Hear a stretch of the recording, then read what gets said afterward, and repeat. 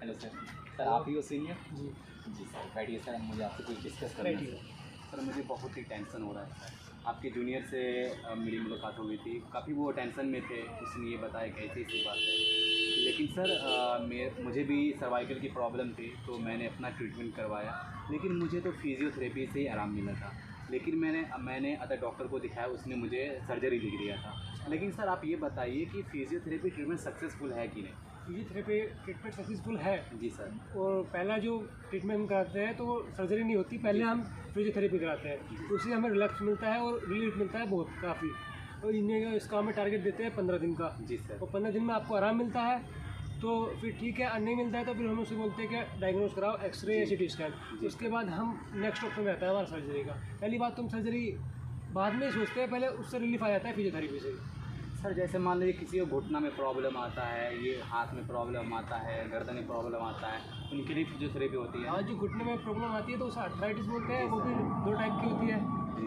और इसका ट्रीटमेंट भी है, क्योर नहीं है, मतलब ये स्टेबल है, एक क्यूरेबल नहीं है, स्टेबल है। फिजियोथेरेपी से आराम मिल सकता है और उसे स्टेबल कर सकते हैं, तो क्यूरेबल नहीं है। मतलब पेशेंट को अगर चलने में दिक्कत हो रही है, वो चल सकता है? हाँ, चल सकता है। जी सर। लेकिन सर मैं ऐसा देखा हूँ, बहुत सारा ऐसा केस है जो पेशेंट चल नहीं पाता था, फिजियोथेरेपी उसको चला देते हैं। हाँ, फिजियोथेरेपी। लेकिन सर फिजियोथेरेपी एक प्रोफेशनल कोर्स है, तो सर मैं भी सोचता हूँ कि मैं फिजियोथेरेपी में जुड़ जाऊँ, मैं भी बीपीटी कोर्स करूँ। क्या सर मेरे लिए बेहतर रहेगा ये? बहुत बेस्ट कोर्स है। सर क्या ये कोर्स करने से नाम में डॉक्टर लगा सकते हैं? हाँ, लगा सकते हैं आप लोग। सर क्योंकि क्या सर ये इसके लिए नीट निकालना पड़ेगा? नहीं, अभी तो नीट नहीं करना है, और जो 2025 में है ना, जी सर। तो वो ऐड हो जाएगा, उसमें नीट निकालना पड़ेगा। और ये भी 2 स्टेट हमारी, महाराष्ट्र जी और सर। गुजरात, उसमें अभी नीट अवेलेबल है, नीट के थ्रू होएगा वो। और जो अब हमारा ये दिल्ली है, दिल्ली में भी नीट का कोई वो नहीं है।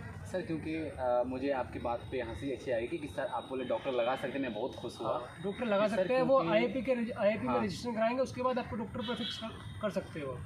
जी सर। सर जैसे कोई ख़तरनाक जो डिजीज़ होता है किसी को, उसके बारे में सर मुझे जानकारी दे सकते हैं? जैसे किसी का कमर टेढ़ा हो जाता है, हड्डी हाँ। टेढ़ा हो जाता है, इसको हम स्पाइन कहते इसे हैं। स्क्लेरोसिस बोलते हैं, जी सर। और नोडियोसिस भी होता है, हाँ और टाइफोसिस भी होता है। जी। तो इसमें कई तरह के होते हैं, तो हमें स्क्लेरोसिस में से हम सजेस्ट करते हैं कि यस सर। आपको पोस्चर मेंटेन करना पड़ता है, उसमें वो 15 दिन का ट्रीटमेंट हम देते हैं, कुछ जी। एक्सरसाइज कराते हैं, कुछ मशीन यूज़ करते हैं, उसके बाद हम पेशेंट को ठीक कर देते हैं। जी सर। सर तो ये सक्सेसफुल हो जाता है? हाँ, सक्सेसफुल है। सर लेकिन नहीं, अगर 90% तो सक्सेसफुल है, और बाकी 10% है ना, हाँ।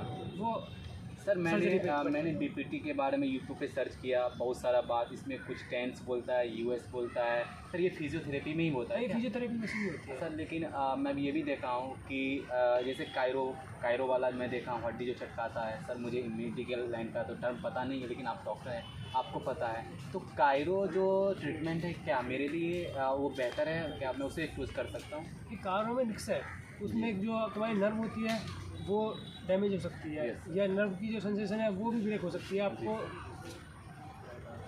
मतलब उसमें प्रॉब्लम ही रहती है। मतलब प्रॉब्लम हाँ, रहता है, यानी problem है। उसमें रिस्क रहता है, कायरो सक्सेस नहीं है। सक्सेस नहीं है, 100% सक्सेसफुल नहीं है। जी सर। जैसे मान लीजिए सर कुछ है इसमें, कपिंग होती है, नीडलिंग होती है, वो सक्सेसफुल है, और हम अपना ट्रीटमेंट करते हैं मशीन के द्वारा, इलेक्ट्रोमैग्नेटिक्स के द्वारा, तो वो सक्सेसफुल है। सर आपका नाम क्या होगा सर? मेरा नाम बिलाल है।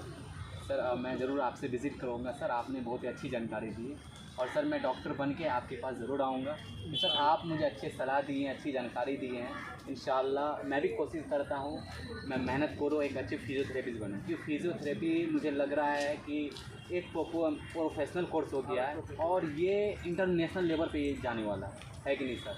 शायद फिजियोथेरेपी को दोनों के इक्वल MBBS इक्वल साइड कर दिया है। मैं अभी नहीं किया गया, वो हो सकता है, क्योंकि मेडिसिन हमें अलाउ नहीं किया, तो इसलिए वो। सर आप मेडिसिन से रिलेटेड बताएं कि क्या फिजियोथेरेपी मेडिसिन दे सकते हैं?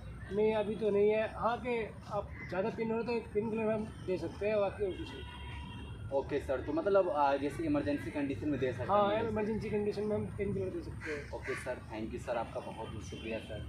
सर ओके सर, मैंने बोला भाई सर, बहुत बहुत खुशी हुई सर।